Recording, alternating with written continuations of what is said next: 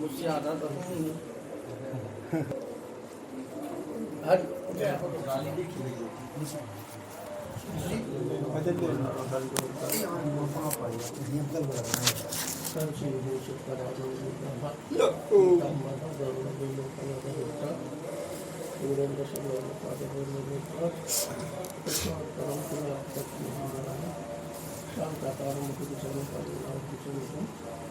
विश्वाधारम गगन सदर्शनम लक्ष्मीकांतं कमलनयनं योगविद्यागम्यं भगवयनं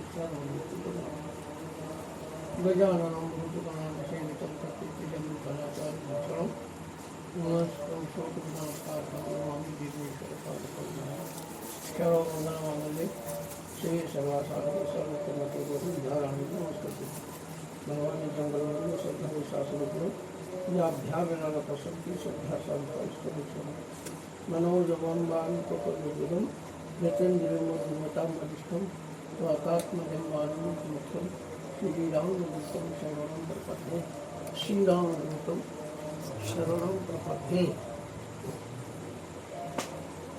वो थालिता वीरेंद्र को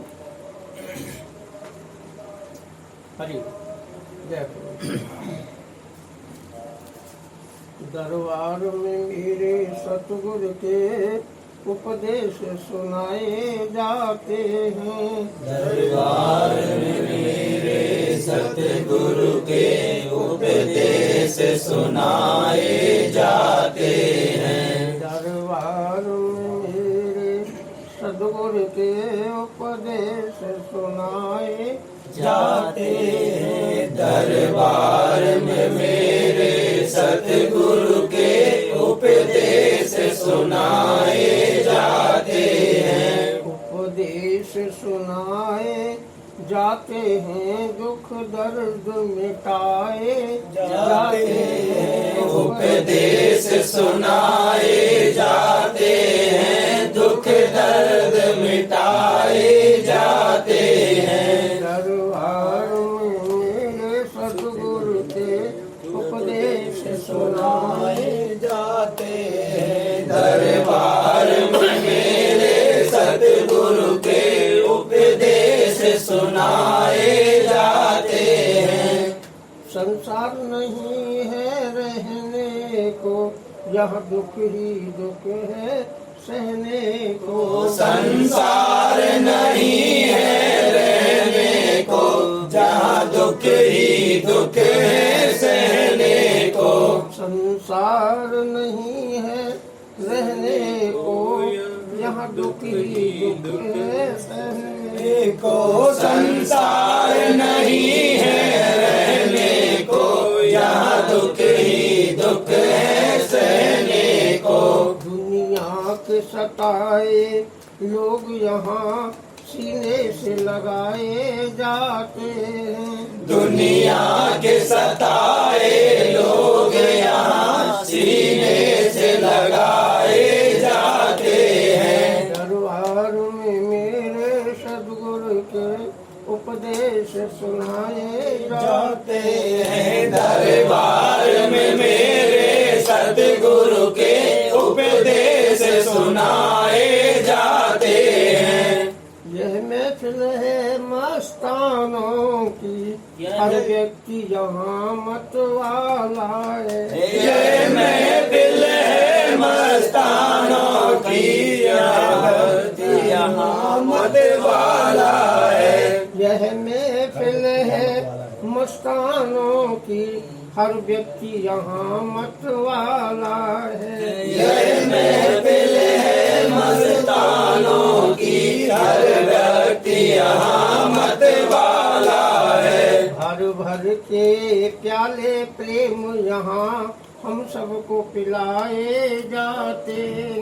भर भर के प्याले प्रेम यहाँ हम सबको पिलाए जाते हैं। दरबार में मेरे सतगुरु के उपदेश सुनाए जाते हैं। दरबार में मेरे सतगुरु के उपदेश सुनाए जाते हैं। उपदेश उपदेश सुनाए जाते हैं, दुख दर्द मिटाए जाते हैं। उपदेश सुनाए जाते हैं, दुख दर्द मिटाए जाते हैं। हे जग वालों क्यों डरते हो इस दर पर शीश झुकाने से।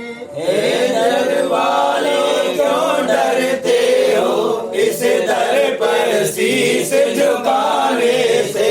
हे जग वालों क्यों डरते हो इस दर पर शीश झुकाने से।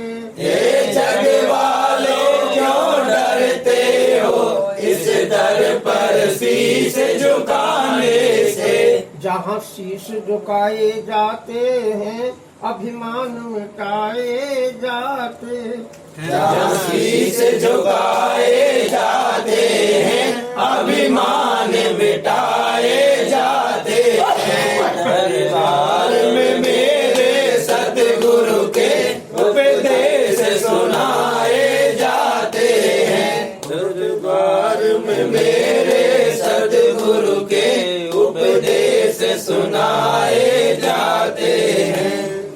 बोले सतगुरुदेव भगवान की जय। हरिओम। बहुत सारी भजन रहे आपकी डायरी में, बहुत सारी भजन में पलटा आप रहे 12 बजे बोले फालतू जा छोटी छोटी भजन। सखी का विषय चल रहा था। जी जी। रूप किशोर देख रूप किशोर देख के नहीं है। सीते ये राजकुमार किसी के बंधन में नहीं है, अभी चले जाएंगे। ऐसा अवसर फिर हाथ नहीं आएगा। इनका दर्शन दुर्लभ है। ध्यान फिर कर लेना, पहले इन्हें देख लो। किन ले अपने सुंदर रूप के द्वारा, टेढ़ी चितवन के द्वारा इन्हें खरीद लो, मोल ले लो। नख शिखर देख राम की शोभा और सुमिर पितापन मन अति शोभा। सखी के कहने से सीता जी ने आंखें खोली, तब क्या देखा? रघुवंश के दोनों श्रेष्ठ राजकुमार सामने खड़े हैं। यूं तो सीता जी ने राम के दर्शन थोड़ी देर पहले किए थे, इसी सखी ने कराए थे। तब राम लता की ओट में थे। ओ लता ओट तब सखी ने लखाई। तब सीता जी क्या करती हैं? लोचन मग राम राम दीने पलक कपाट सयान। और भाग जाओ भीतर ले आई। उनसे रास्ते से आंखों का आंखों की मार्ग से राम को हृदय में ले गई और मंदिर के किवाड़ बंद कर दिए। बंद कर दिया। तभी ये सखी आती है और कहती है कि सीते किवाड़ तो खोलो। अरे तुम जिनका चित्र बनाकर मगन हो रही हो, ये वही चैतन्य मूर्ति तुम्हारे सामने खड़ी है। उदाहरण, सखी का तात्पर्य यह था कि किसी नारी का पति बाहर गया हो और नारी किवाड़ बंद करके उसके चित्र का ध्यान कर रही हो और अचानक उसका पति दरवाजे पर आ जाए, फिर भी नारी चित्र के ध्यान में ही मगन हो, तो ये अपराध माना जाएगा। सखी की बातें सुनकर सीते को लगा कि मुझे किवाड़ खोलना चाहिए। सकुच सीए तब नहीं होगा, ऐसा गोस्वामी जी शब्दों पर ध्यान। यहाँ गोस्वामी जी सकुच शब्द का प्रयोग, इसके कई अर्थ निकलते हैं। नंबर 1, पिता की प्रतिज्ञा याद करके मन में अनेकों कल्पनाएं उठ रही हैं, मन बहुत घबराया हुआ है। नंबर 2, कोई नारी अपने प्यारे प्रीतम के साथ एकांत बंद कमरे में मगन हो रही हो और अचानक कोई सखी आकर किवाड़ खोलने को कहे, उस समय जो संकोच उस नारी को होगा, ठीक वही संकोच सीता जी को होगा। एक प्रकार से चोरी पकड़ जाती है ना।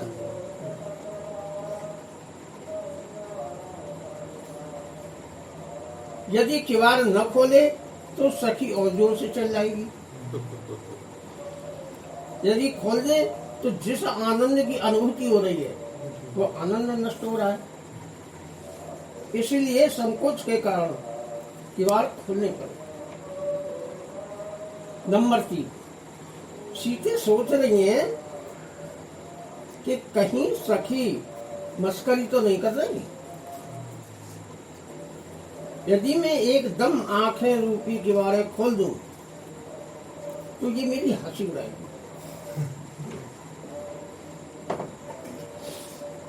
हमें तो पहले ही पता था कि तुम राम का दहन कर रही हो।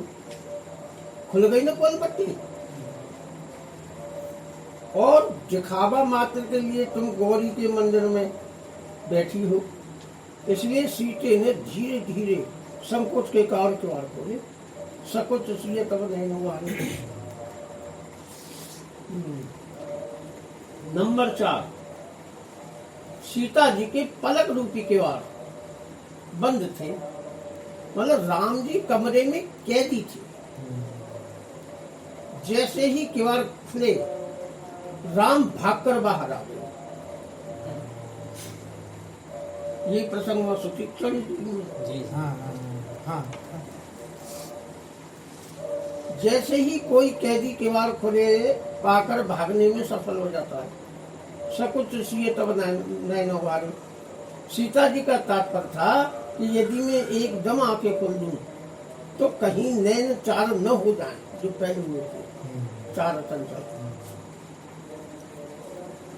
इसलिए संकुचित होकर धीरे धीरे नैन खोले। तब सबसे पहले नख पर दृष्टि गई। सीता जी का भाव ये था कि इन चरणों ने पत्थर की शिला अहिल्या का उद्धार कर दिया था। जिनके चरणों में ऐसा प्रताप है वे अहिल्या का मेरा भी उद्धार अवश्य कर देंगे। अहिल्या को अपना पति मिल गया था, मुझे भी मेरे स्वामी मिल गया। चरणों की प्रार्थना हो गई, इसीलिए नगौट में नकसिक देख राम की शोभा। जब संपूर्ण शरीर पर दृष्टि गई तब सीता राम के रूप पर मोहित हो गई। पर सीता जी की प्रतिज्ञा याद आते ही पिताजी की प्रतिज्ञा याद आते ही हृदय व्याकुलता से भर जाता है। दूसरा कारण, जान कठिन से वो चाप विषुवत। शिव जी के कठिन धनुष की याद आती ही मन क्षुब्ध हो जाता है कि ये तो सुकुमार है, धनुष कैसे तोड़ पाएंगे। उस वाट का पृथ्वी का हृदय होता है। मैं तुम्हें एक नई बात ये बताऊंगा कि यहाँ पृथ्वी ने सीता और राम का विवाह कराया। वो धनुष टूटने पर अलग हुआ है, जयमाल हुई है, और दशरथ बारात लेके आते हैं, वो पद्धति से ब्याह, वेद पद्धति से विवाह हुआ है। ये मानसिक विवाह हुआ है। बात का पृथ्वी का हृदय होता है, और हृदय से आवाज आने लगी, सीते तुम मेरी पुत्री हो। विवाह कराने का पहला अधिकार मेरा है, बाद में जनक का है। बेशक तुम्हारे पिता ने धनुष टूटने पर विवाह की प्रतिज्ञा की है, पर मैं फूल तोड़ने पर ही विवाह करा दूंगा। तो तुम्हारे पिता की रक्षा रहेगी, तोड़ना है ना, तोड़ना है यार। फूल ही तोड़े। सो राम फूल तोड़ चुके हैं, वो भी गुरु जी के लिए। तुम निर्भीकता के साथ राम से मिलन की, फिर क्या हृदय की बात मानकर जी भरकर राम के दर्शन करती हूँ। देख रूप लोचन ललचाने, हर से जन निज निधि पहचाने। जब सीता जी ने राम के रूप को निहारा तब सीता के हर्ष का ठिकाना नहीं रहा। उदाहरण, जैसे मेले में अक्सर बच्चे गुम हो जाते हैं, वहां एक माइक पर आवाज लगाई जा रही थी, यहाँ पर 10 बच्चे गुमशुदा बैठे हैं, कृपया जिनके हों वह ले जाए। और जब माता की नजर अपने बच्चे पर पड़ती है तो चिल्ला पड़ती है कि ये तो मेरा बच्चा है।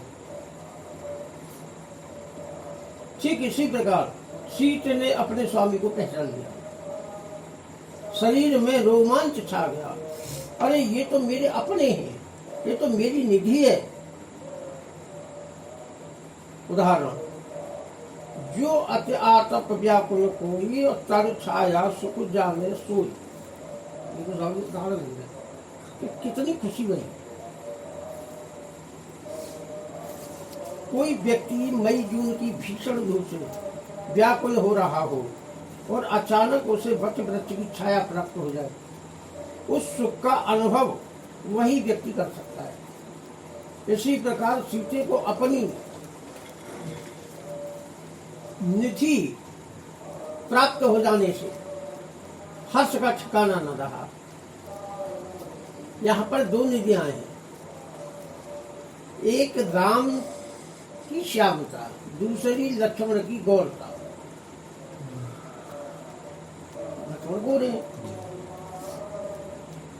नील नील धरश्याम, यह नील निधि ही तो मेरी निधि है, और निधि हमारी गौर निधि हमारी छोटी बहन उर्मिला की है। पहचान लोचन ललचाने, रूप को देखकर नेत्र क्यों ललचाए? देखो, व्यवहार में नेत्रों का स्वामी सूर्य माना जाता है। गुप्ता जी को नहीं बताइए।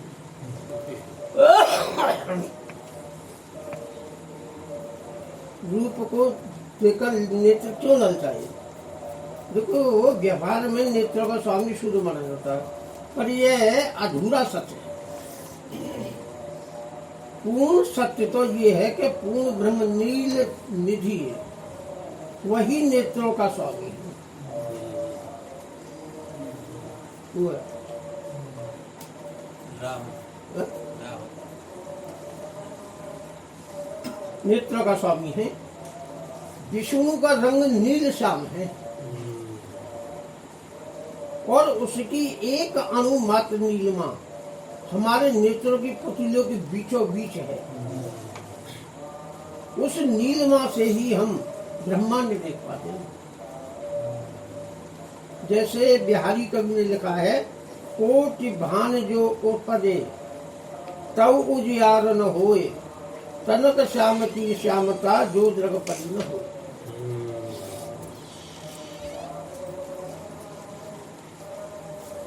वो कह रहे हैं कवि जी, तब उजियार न हो।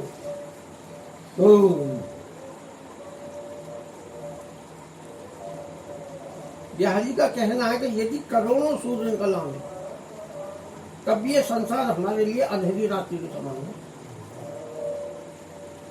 हम अंधे के अंधे हैं। जो दृग परीन हो, उस नील निधि श्याम की श्यामता हमारे नेत्रों में होने से ही हम संसार देख पाते हैं। यह नीलिमा ही देखने की शक्ति है। लोचन ललचाने, रूप को देखकर नेत्र ललचा गई। इसे हम अनेक दृष्टांतों से समझ सकते हैं। नारी कंगन, हार, जेवर नित्य पहनती है, पर उस समय उसे इतना सुख नहीं मिलता। वही जेवर चोरी हो जाते हैं या घर में रखकर भूल जाते हैं, और तब उन गहनों की प्राप्ति होने पर जो नारी को सुख होता है, घड़ी वही चीज मिल जाती है, वो सुख की अनुभूति अलग होती है, वो अति सुख होता है। इसी प्रकार सीता जी को एक लंबे समय के बाद निज निज पहचान, तो नेत्रों की खुशियों का ठिकाना न रहा। नंबर 4, लोचन ललचाने। सखी ने तो देखने को कहा था, फिर ये नेत्रों का लालच क्यों पैदा हो गया? भैया रूप की सुंदरता ऐसी ही होती है। दृष्टांत, चितवय सादर रूप अनूपा और तृप्तन माने मन शत्रुपा। मनु के समक्ष ब्रह्मा विष्णु महेश अनेकों बार आए और मनु शत्रुपा ने उन्हें देखा नहीं, परंतु जब राम और सीता आए, राम के रूप का आकर्षण हुआ, करसती आकर्षण, जो बलपूर्वक अपनी ओर खींच ले उसे रूप कहते हैं। यानी कि आंखों से बलवान रूप होता है। तुम कोशिश करके भी आंख इतनी घुमा के मारने से मारती है, बलवान है, खींच रहा आपने।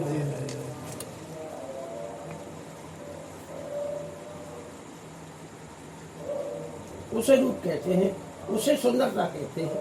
और मनु और शत्रुपा ने पहले देखने की इच्छा प्रकट की। देखा है हम स्वरूप बड़े लोचन, हम तो तुम्हें जी भर कर देखना चाहते हैं। जब ईश्वर मनु शत्रुपा के समक्ष प्रकट हुए तब क्या हुआ? 26 समुद्र हर रूप बिलोकी इकट्ठे कर रहे नयन पतित। जो नेत्रों को आकर्षित कर रहे करे उसे ही तो रूप कहते हैं। जैसे चुंबक लोहे को अपनी ओर खींच लेती है, वैसे ही रूप नेत्रों को अपनी ओर खींच लेता है। एक टकरोगी मनु शत्रुपा ने नेत्र स्थिर हो गए, चंचलता खत्म हो गई। मनु शत्रुपा ने देखने की इच्छा प्रकट की थी। अब क्या है? लोचन ललचा गई, लालसा उत्पन्न हो गई, क्योंकि मन तृप्त नहीं हो रहा है, मन अघा नहीं रहा है कि सदा के लिए आप हमारे पुत्र बनकर हमारे नेत्रों को जीवन भर सुख देते रहो। इसी प्रकार सखी ने सीता से देखने को कहा था। यहाँ तो लोचन ललचाने, अब लालच पैदा हो गया। ये प्रेम भी एक रोग है।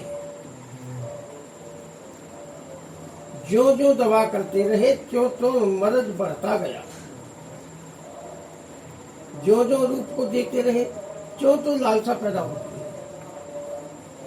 क्या ये सदा बसो इन नयनन, क्या ये नयन जाओ जित एरी।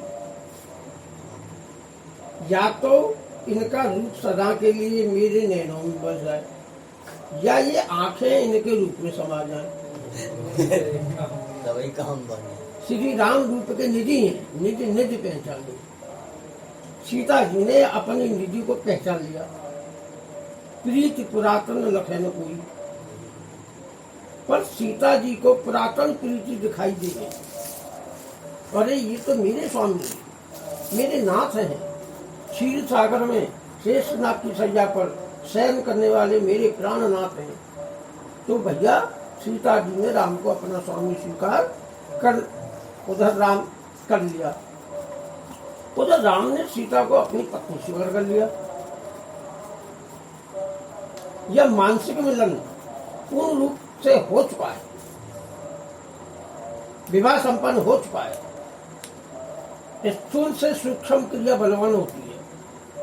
हीर रांझा, लैला मजनू, सीधी फरियाद, इन सबका सूक्ष्म मिलन हुआ है, जिनको आज अजूबा में माना जाता है।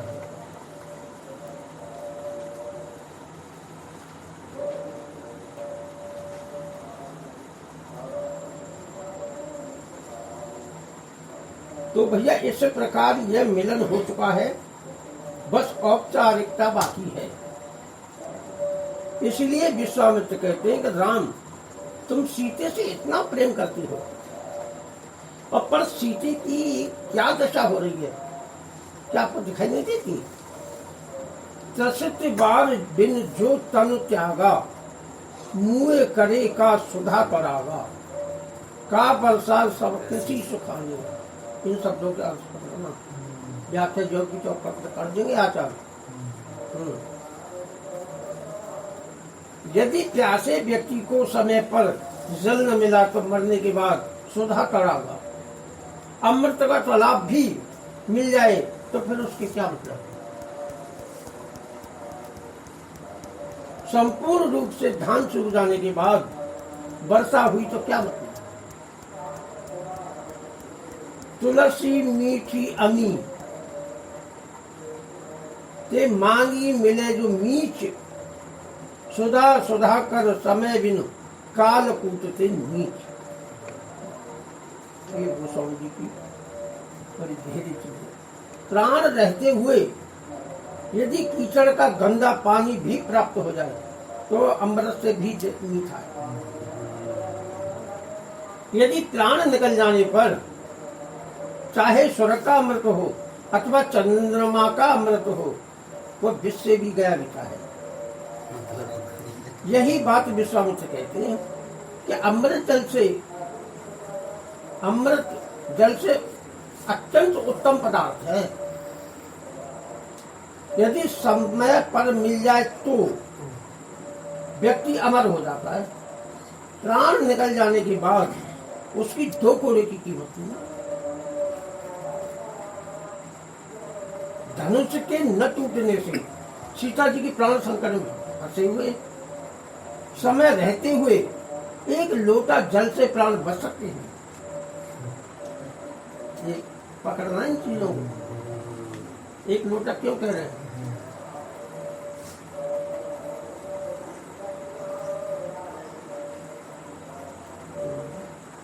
एक लोटा जल से प्राण बच सकते हैं। और समय चूक जाने पर, मतलब सीता जी के मरने के बाद धनुष तोड़ने से क्या लाभ? जनक जी ने 3 प्रकार से प्रतिज्ञा की है। अब समझना, रहो चढ़ावत तोरव भाई और तिल भर भूमि न सके छोड़ाई।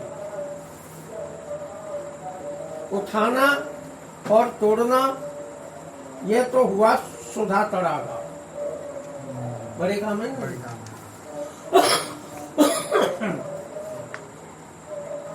ये अमृत का तालाब है। यदि किसी पर ये 2 काम नहीं हो पाते हैं, केवल धनुष को थोड़ा सा खिसका दे तो भी मेरी प्रतिज्ञा पूरी हो जाएगी, मेरी जान की का विभाग हो जाएगा। जब कोई योद्धा धनुष खिसका भी न सका तब जनक ने निराशापूर्ण शब्दों का प्रयोग किया है। इसी प्रकार सीता जी धनुष भंग की प्यासी हैं। यदि राम धनुष को खिसका भी दें तो सीता जी के प्राण बच जाएंगे। एक लोटा पानी।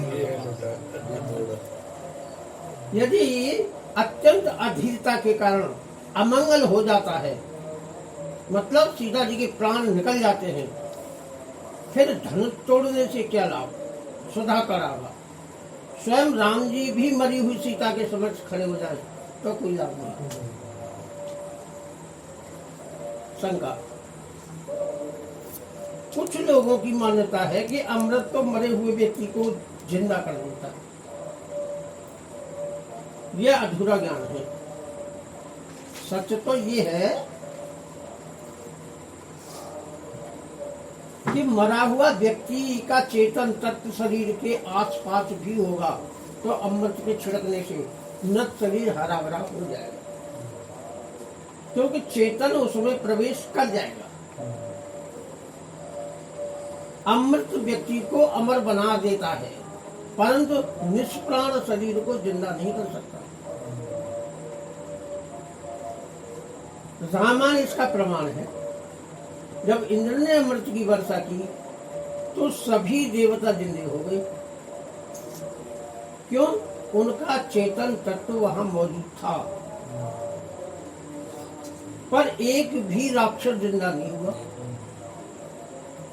क्योंकि उनका चेतन तत्व तो श्री राम में समा गया। इसी प्रकार किसी चेतन तत्व राम में समा गया। इसी प्रकार कृषि अथवा धान में थोड़ी भी हरियाली यानी चेतनता है तो वर्षा होने पर वो हरी भरी हो जाएगी। का वर्षा सब कृषि सुखान। पूर्ण रूप से धान सूख जाने पर वर्षा का कोई लाभ नहीं, कोई महत्व नहीं। इस कथन का अध्यात्म अर्थ क्या है? ये अब चौपाइयों को जो 3 चौपाई बोला मैंने, उनका अर्थ निकाले। प्रश्न करता है कि अध्यात्म अर्थ क्या है? प्रश्न नंबर 1 लोटा जल क्या है? नंबर 2 वर्षा क्या है? नंबर 3 कृषि क्या है? नंबर 4 पछतावा किसको है? नंबर 5 प्यासा कौन है? नंबर 6 अमृत का तालाब कौन है? उत्तर तेलो भर भूमि न सके छुड़ाई। कोई भी राजा धनुष को जरा भी खिसका देता तो जनक जी की प्रतिज्ञा रह जाती। खिसकाना ही एक लोटा जल है।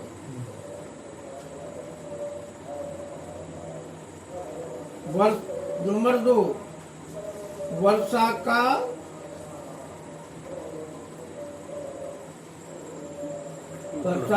जब कृषि सुखाने का वर्षा जब कृषि सुखाने। इस दृष्टांत से गोस्वामी जी ये बताना चाहते हैं कि खेती किसान को जीवन देती है, प्राण आधार है। इसी प्रकार माता पिता और सखियां परिवार सभी की सीता जी प्राण है, यानी कि सीता ही वो प्राण है, ये कृषि है।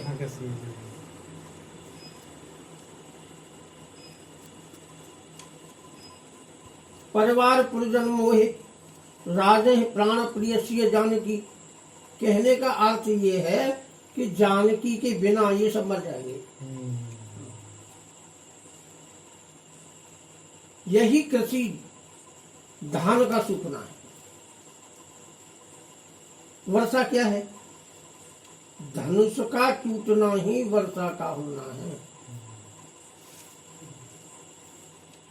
सखिन सहित हर्षिय तिरानी सूकत धान परा जन पानी।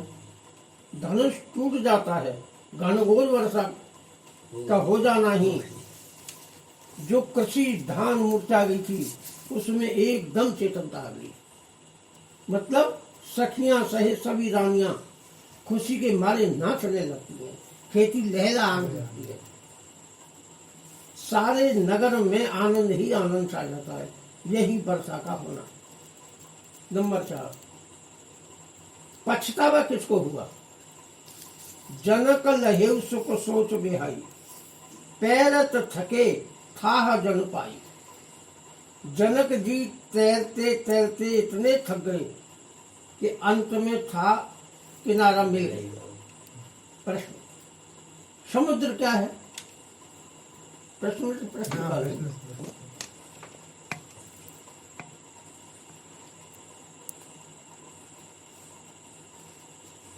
थकना क्या है?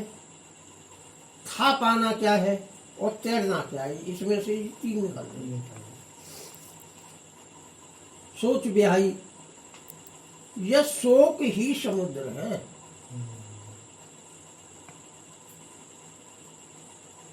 नंबर 2 तैरना, जनक जी की प्रतिज्ञा ही तैरना। देखो स्वयंवर के कुछ नियम होते हैं, उसमें कुछ शर्तें होती हैं।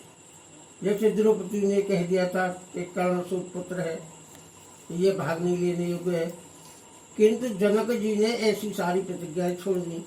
ऊंच नीच सभी को भाग लेने का अधिकार दे दिया। त्रियोन जय समेत वैदे ही और बिना ही विचार बरह हटते ही। जो शिव जी के कठोर धनुष को तोड़ेगा, सीता जी बिना आना कानी के उसे अपनी पति स्वीकार कर लेंगी।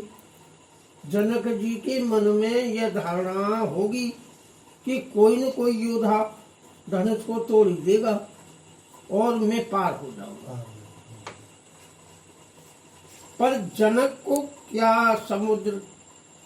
को समुद्र की न तो गहराई का ज्ञान था और ना ही लंबाई चौड़ाई। सब समुद्र है। क्यों जो राजा परास्त होते गए, पैरत थके, जो तो जनक थकते गए। ये चीज है। निराशा ही होते गई। अंत में सभी राजा परास्त हो गए, बस एक राम बचे हैं। जो जनते वन भट्ट गोविबाई, यदि मुझे ऐसा ज्ञान होता कि पृथ्वी वीरों से शून्य हो गई है, तो मैं ऐसे प्रतिज्ञा करके हंसी का पात्र न बनता, अपनी बेइज्जती न करवाता। यही ठगना है,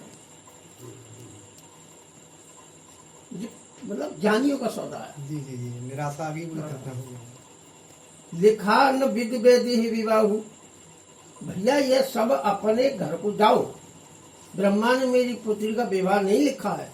यही थकना है, निराश होना है। उनकी आशा समाप्त होगी। यह राम की आशा समाप्त होगी। यह राम ही क्या धनुष तोड़ेंगे, आशा समाप्त होगी। मतलब जब इतने राजा यही का तोड़ेगा, परंतु राम ने धनुष तोड़ दिया। पैरत थके था जन पाई, किनारा मिल गया। अत्यंत जनक जी को किनारा मिल गया। अंततः जनक जी को किनारा मिल गया। जनक लहे सुख, जनक जी की खुशियों का ठिकाना न रहा कि मैं पार हो जाऊंगा। सिया कर सोच जनक पछतावा, जब धनुष नहीं टूटा तो जनक का पछतावा हुआ। प्यासा कौन है? नंबर 5। छठवा सुधाकर का क्या कौन है? 2 प्रश्न उठाए गए। उत्तर, त्रसित बार बिन जो तनु त्यागा। त्रसित माने प्यासा। सीता जी ही प्यासी है। विश्वामित्र कहते हैं, हे राम, आज मुझे बड़ा आश्चर्य हो रहा, तुम्हारी जिह्वा पर सीता जी की ही चर्चा रहती थी। राम हमेशा विश्वामित्र से ही चर्चा करते थे। बड़ी सुंदर है, आंखें ऐसी हैं, कौन कैसी है। उन्हें विवाह का आशीर्वाद भी दे दिया था। सीता जी की चर्चा रहती थी, जिनको तुमने अपने हृदय में स्थान दे दिया, जिनको अपनी प्राण प्रिय मान लिया, उन्हें प्राप्त करने के लिए तुमने मुझसे आशीर्वाद मांगा और मैंने तुम्हें आशीर्वाद दे दिया। आज उन्हीं सीता को कितना कष्ट हो रहा है। लोचन जल रहे लोचन को ना।